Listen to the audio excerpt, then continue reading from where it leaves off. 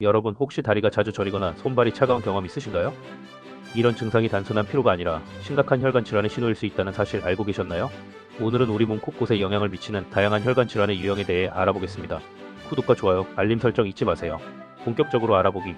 1. 말초 동맥 질환. 말초 동맥 질환은 다리나 팔의 동맥이 좁아져 혈류가 감소하는 질환입니다. 주요 증상으로는 걷다가 다리가 아프고 쉬면 통증이 사라지는 간헐적 파행이 있습니다. 심한 경우 궤양이나 괴사가 발생할 수 있습니다. 주요 원인은 동맥경화이며 흡연, 당뇨, 고혈압 등이 위험 요인입니다. 치료로는 운동요법, 약물치료, 혈관 성형술 등이 있습니다. 출처 클리블랜드 클리닉. 질문 다리가 자주 저리거나 아프신가요? PAD는 의심해보셨나요? 2. 경동맥 질환. 경동맥은 뇌로 혈액을 공급하는 주요 동맥으로 이 부위에 플라크가 쌓이면 뇌졸중 위험이 증가합니다. 많은 경우 증상이 없지만 일거성 허혈 발작이나 뇌졸중으로 처음 발견되기도 합니다. 치료로는 약물요법, 경동맥 내막 절제술 등이 있습니다. 출처 메디컬 뉴스 투데이. 질문 가족 중에 뇌졸중 병력이 있으신가요? 경동맥 검사를 받아보셨나요? 3. 복부 대동맥류 AAA. 복부 대동맥류는 복부의 대동맥벽이 약해져 풍선처럼 부풀어 오르는 질환입니다. 파열되면 생명을 위협하는 출혈이 발생할 수 있습니다. 대부분 증상이 없지만 복부 통증이나 등 통증이 있을 수 있습니다. 초음파 검사로 진단하며 크기에 따라 수술이 필요할 수 있습니다. 출처 메디컬 뉴스 투데이. 질문 복부에서 박동이 느껴지시나요? 검사를 받아보셨나요? 4. 신부정맥 혈전증 DVT. 신부정맥 혈전증은 다리 깊은 정맥에 혈전이 생기는 질환으로 폐색전증으로 진행될 수 있습니다.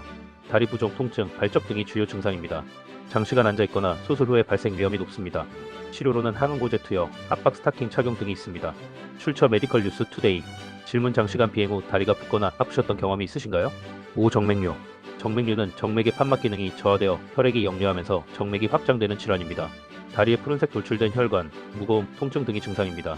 장시간 서 있거나 유전적 요인이 위험 요소입니다. 치료로는 압박 스타킹, 경화요법, 레이저 치료 등이 있습니다. 출처 베리웰 헬스. 질문 다리에 푸른 혈관이 도드라져 보이시나요? 정맥류를 의심해 보셨나요? 6. 폐색전증. 폐색전증은 혈전이 폐의 동맥을 막아 호흡곤란, 흉통 등을 유발하는 질환입니다. 신부정맥 혈전증의 합병증으로 발생할 수 있습니다. 급성 호흡곤란, 빠른 심박수, 기침 등이 증상입니다. 치료로는 항응고제, 혈전용해제 등이 사용됩니다. 출처 헬스라인. 질문 갑작스러운 호흡곤란이나 흉통을 경험하신 적이 있으신가요? 7. 고혈압. 고혈압은 혈관에 지속적으로 높은 압력이 가해지는 상태로 다양한 혈관 질환의 위험 요인입니다. 대부분 증상이 없지만 장기적으로 심장, 뇌, 신장 등에 영향을 미칩니다. 생활습관 개선과 약물 치료로 관리할 수 있습니다. 출처 클리브랜드 클리닉. 질문 정기적으로 혈압을 측정하고 계신가요? 8. 동맥경화증. 동맥경화증은 동맥 내벽에 지방, 콜레스테롤 등이 쌓여 혈관이 좁아지는 질환입니다. 심장병, 뇌졸중, 말초 동맥 질환 등의 원인이 됩니다. 흡연, 고지혈증, 당뇨 등이 위험 요인입니다. 치료로는 생활습관 개선, 약물 치료 등이 있습니다. 출처 클리브랜드 클리닉. 질문 콜레스테롤 수치를 정기적으로 확인하고 계신가요? 9. 뇌혈관 질환. 뇌혈관 질환은 뇌로 가는 혈류에 문제가 생기는 질환으로 뇌졸중, 동맥류 등이 포함됩니다. 갑작스러운 마비, 언어장애, 시야장애 등이 증상입니다. 응급치료가 필요하며 재활치료도 중요합니다. 출처 베리웰 헬스. 질문 갑작스러운 신체 이상을 경험하신 적이 있으신가요? 심혈관 질환. 심혈관 질환은 심장과 혈관에 생기는 모든 질환을 말하며 대표적으로 협심증, 심근경색, 심부전 등이 포함됩니다. 우리나라 사망 원인 2위에 해당할 만큼 치명적인 질환이지만 조기 진단과 예방으로 상당 부분 관리가 가능합니다. 증상으로는 가슴 통증, 호흡 곤란, 쉽게 피로해지는 증상 등이 있습니다. 특히 협심증은 계단을 오르거나 운동 시 발생하는 흉통으로 나타나며 심근경색은 갑작스러운 가슴 통증과 식은땀, 구토 등을 동반합니다. 고혈압, 당뇨, 고지혈증, 흡연, 스트레스 등이 주요 위험 인자입니다. 치료로는 약물치료, 스텐트 삽입술, 심장수술 등이 있으며 꾸준한 운동과 식습관 개선도 필수입니다. 출처 미국 심장협회 2023. 질문 갑작스럽게 가슴이 두근거리거나 숨이 찼던 경험 있으신가요? 그게 단순한 피로가 아니라 심혈관 질환의 전조일 수도 있어요. 림프 부종. 림프 부종은 혈관과는 다른 림프관이 막히거나 손상되면서 조직에 림프액이 쌓여 발생하는 질환입니다.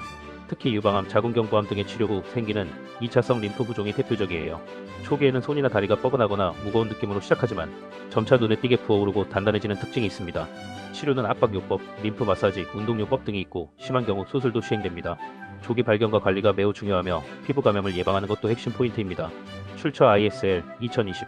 궁금증 팔이나 다리가 유난히 무겁고 붓는다면 단순한 피로나 부종이 아니라 림프 부종의 초기 증상일 수 있어요.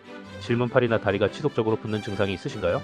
마무리하며 오늘은 다양한 혈관 질환의 유형과 그 특징에 대해 알아보았습니다. 혈관 건강은 전신 건강과 직결되므로 정기적인 검사와 건강한 생활 습관이 중요합니다. 궁금한 점이나 경험을 댓글로 공유해주세요. 구독과 좋아요, 알림 설정도 부탁드립니다.